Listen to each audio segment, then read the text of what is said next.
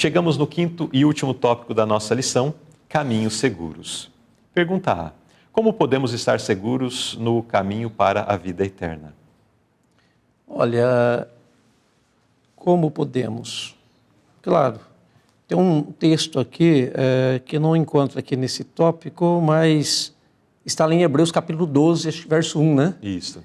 Olhando para Jesus, que é o autor e consumador de nossa fé, né? Então, quer dizer, olhando para Jesus, contemplando a Cristo, né? O seu sacrifício que Ele fez por nós, eu creio que estaremos seguros nesse caminho para a vida eterna, né?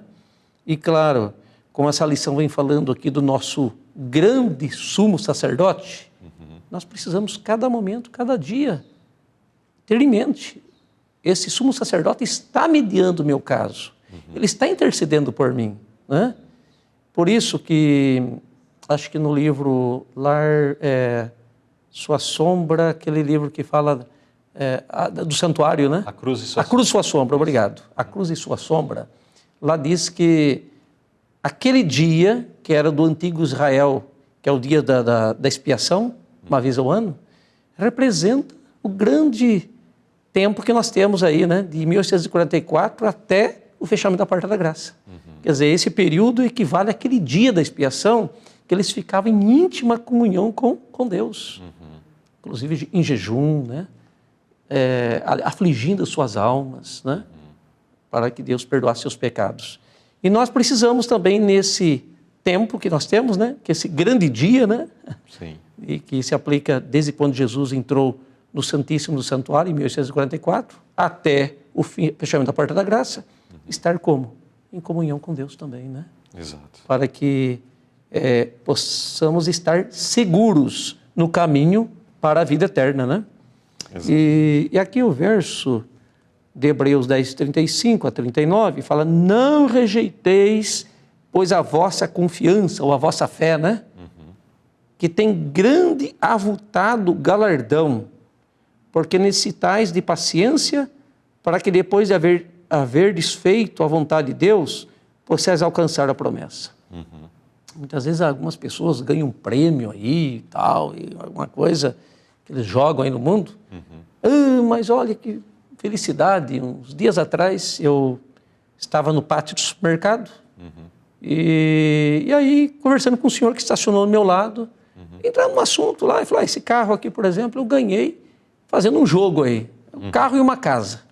Né? Ele estava feliz, falou, eu tenho essa casa que foi aí um sorteio, né? Aí pensei comigo, mas não é ainda o melhor galardão que ele ganhou, né? Não é o melhor prêmio, né? Por quê? Porque diz aqui a nota, grande e avultado galardão, ou seja, um galardão que ninguém ainda... Mais excelente. É aquele que dura para sempre, né? É esse que Deus promete para nós. E até a notinha fala assim, só aquele que perseverar até o fim é que será salvo. Se não avançarmos de vitória em vitória, a alma retrocederá rumo à perdição. Olha aí. Se não avançarmos vitória a vitória. Inclusive, há um texto inspirado que fala subir degrau a degrau, né? Que significa fé, paciência, temperança, longanimidade, os frutos da fé, né? Sim. Nós precisamos disso para alcançarmos o topo da escada. Como diz a inspiração, Cristo está lá no topo, né? Sim. E nós olhando ao alto, subindo degrau a degrau, né? Deve ser muito importante. Muito bem, então existe como podemos estar seguros, existem diversos aspectos, né? Vários aspectos. Por um lado, não rejeitando, como foi o começo do verso aqui. Por outro lado, olhando para Jesus, que está no topo dessa escada. Também, num aspecto mais temporal, não é um momento, mas é uma continuidade, né? Em algum momento o irmão mencionou aqui a questão de que, aqui está na nota, só aquele que perseverar. Perseverar significa que você iniciou e agora você continua, permanece até alcançar o fim. Então, um outro aspecto, o irmão leu o verso 36 também de Hebreus 10, aqui faz menção da paciência. Nós temos uma promessa, mas só aqueles que aguardam com paciência, fazendo a vontade de Deus, entregando a sua vida nas mãos de Deus, para que Deus opere através de si a sua boa obra, né? e também as boas obras, Exato. tanto a boa obra de Deus para conosco, quanto como fruto disso, transparecendo em boas obras, então é que nós possamos alcançar essa promessa final, né, da vida eterna. Então, existem vários aspectos, não é apenas um detalhe. Não é apenas não rejeitar, não é apenas um outro detalhe, mas é um conjunto de coisas que devem permanecer e que nós devemos participar para finalmente alcançarmos essa vida eterna. Inclusive, Luiz, a notinha menciona que a santa lei de Deus é a única norma pela qual podemos determinar se estamos seguindo o seu caminho ou não, né? Então, hoje, muitos talvez dizem que não precisa da lei de Deus mais, né? É só Jesus. Mas faz parte. Porque como a lei de Deus é o espelho, né? Sim. Como ver uma mancha no meu rosto se eu não tiver um espelho para ver, né? Então, a lei de Deus, ela mostra o pecado, né? Ou seja, é uma precaução para mim não cair no pecado, né? Não é verdade? Então, não quer dizer que ela salva, ela é o Salvador, mas ela é o meio para que nós possamos estar mais perto do Salvador, né? Se nós compararmos com o trânsito, nós vamos entender que a lei de Deus é o velocímetro do carro. O velocímetro, exato.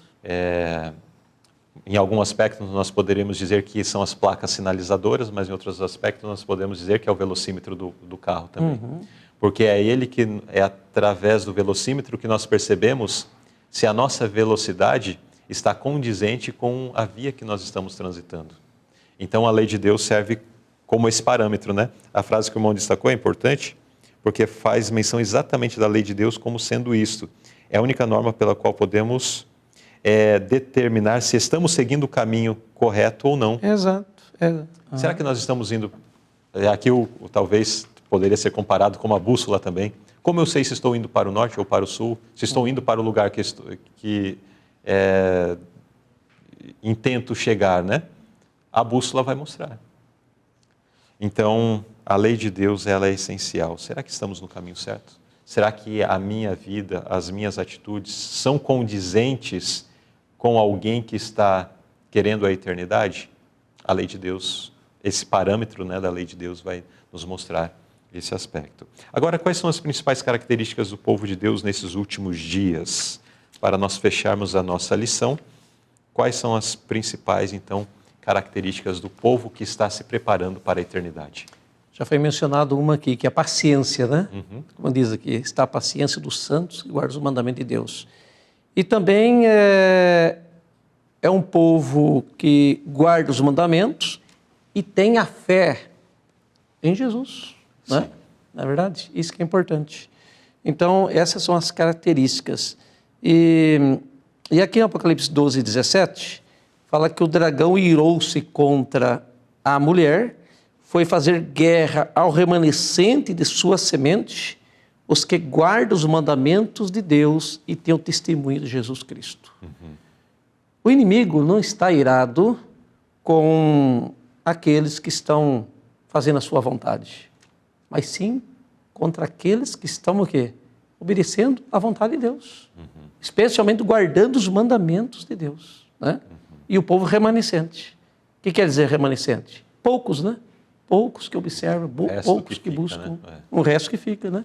No tempo de Noé, qual era o remanescente? 6 pessoas. 8, né? 8 pessoas, né? 8 pessoas. No tempo de Noé era 8 pessoas. 8 pessoas. Quando Ló saiu de Sodoma, quantos? Era só a sua família, ainda a sua esposa ficou no caminho, 4 né? pessoas, a esposa ficou no caminho e as filhas já estavam corrompidas também. Exato, exato. Então, em todas as épocas, Deus teve um remanescente, né? Elias, lá no monte, né? Falou, só eu fiquei, Senhor. Aí Deus disse, ainda tem um remanescente aí. Tem 7.000 que não dobraram os seus joelhos a Baal, né? Então, Deus sempre teve um remanescente. E que característica, então, esse povo tem? Guarda os mandamentos de Deus, é paciente para esperar a vinda de Jesus, prosseguem seguindo os passos de Cristo, né? Guarda os seus mandamentos e tem o testemunho de Jesus Cristo, né? Testemunha Jesus e vive de acordo com a sua vontade. Ou seja, estão lutando, né? Para viver de acordo com a vontade de Deus.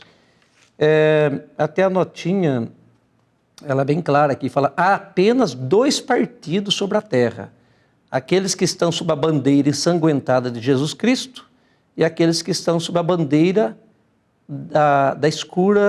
bandeira escura da rebelião, né? Há duas bandeiras apenas, né? A da verdade e do erro, né? E no finalzinho diz: nesse momento a igreja deve cobrir com suas belas vestes Cristo, justiça nossa. Há diferenças claras, decididas a serem restauradas e demonstradas ao mundo quando exaltarmos os mandamentos de Deus e a fé de Jesus.